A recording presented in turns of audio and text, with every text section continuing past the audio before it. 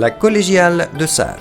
Si nous laissons derrière nous l'animation habituelle du centre-ville et que nous nous dirigeons vers le sud-est, à peine 1 kilomètre, nous pourrons visiter le quartier populaire de Sarre, dont le nom vient de la fameuse rivière qui le traverse du nord au sud. Sur ses rives, à quelques mètres d'un vieux pont d'origine romane, sur lequel passent aujourd'hui encore les pèlerins qui parcourent le chemin appelé Via de la Plata et les chemins du sud-est, on peut distinguer la magnifique collégiale de Santa Maria la Mayor y Real de Sarre. Les travaux de construction de cet édifice ont commencé au début du XIIe siècle, suite à la demande du chanoine et trésorier de la cathédrale, Muñoz Alfonso, qui compta pour le faire sur le grand soutien de son ami et supérieur, le grand archevêque Diego Chelmírez.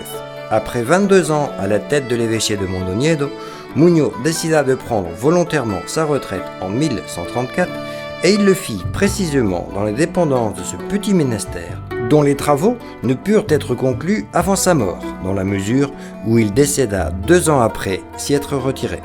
Même s'il fallut attendre le XIIIe siècle pour constater la fin effective des travaux, Diego Chelmírez fut chargé de consacrer l'église en 1140 et de signer le diplôme de fondation du petit monastère. De cette façon, cela permit l'accueil dans ses dépendances de la première communauté d'Augustins de Galice. Au cours des siècles suivants, la communauté vécut une époque de splendeur grâce à de nombreux dons et exemptions de la couronne.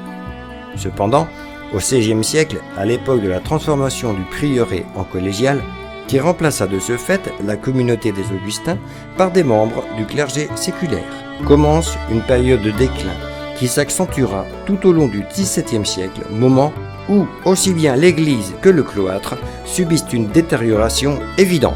Puis, au XVIIIe siècle, en plein essor du baroque à Compostelle, et grâce à l'aide apportée par le monastère de San Martín Pinario, d'importants travaux de conservation et de restauration démarrent, sous les conseils et les rapports des architectes les plus importants du moment, tels que Domingo de Andrade ou Fernando de Casas. Mais au XIXe siècle, le bâtiment subit un nouvel abandon qui finit par le transformer en une paroisse de plus de l'archevêché de Saint-Jacques-de-Compostelle.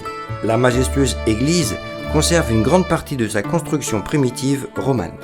À l'extérieur, on peut distinguer les arcs-boutants robustes construits entre le XVIIe et le XVIIIe siècle pour protéger les murs du sud et éviter leur destruction. Que ce soit à cause d'une erreur technique dans la construction due à l'élévation exagérée des nefs latérales, à cause d'un glissement de terrain instable sur lequel elle est construite, ou simplement à cause de la simple volonté de ceux qui travaillèrent, les murs sont visiblement inclinés vers l'extérieur, raison pour laquelle il fallut refaire la voûte en berceau dans sa totalité au XVIe siècle. L'intérieur, dont le plan suit celui d'une basilique aux proportions équilibrées, impressionne tous les visiteurs par l'inclinaison des colonnes vers les nefs latérales, transmettant une forte sensation d'instabilité. Les fonds baptismaux, à droite de la porte principale, constituent une intéressante pièce d'archéologie du XIIe siècle. La communication, à l'intérieur du temple, se fait par la sacristie, à travers un magnifique cloître, le seul de la ville présentant des vestiges de style roman original. On n'a conservé qu'une seule des ailes, le reste datant des XVIIe et XVIIIe siècles. La fontaine, qui occupe l'espace central, très semblable à celle que l'on peut également observer dans l'intérieur du cloître de la cathédrale, remonte au XIIIe siècle. Elle fut taillée dans une seule pièce de granit.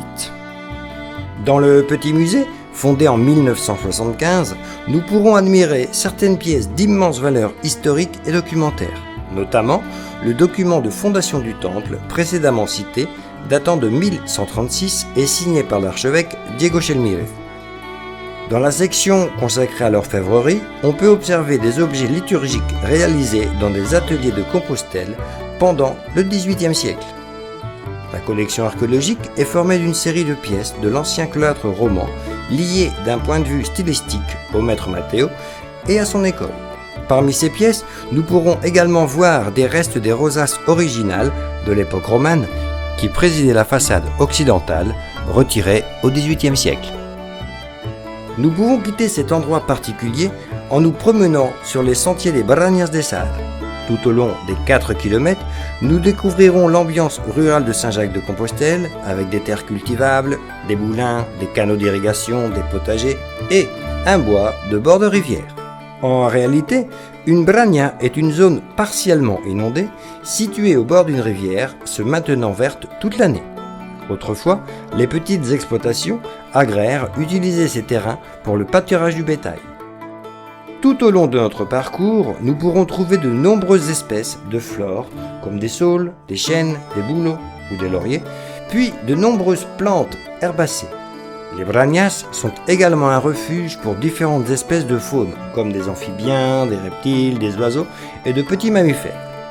Nous sommes donc face à un écosystème très riche, mais aussi très fragile, remplissant une fonction très importante dans la régulation de l'eau, étant donné qu'il la retient quand il pleut, en abondance, et évite que, de cette façon, se produisent de fortes crues et inondations.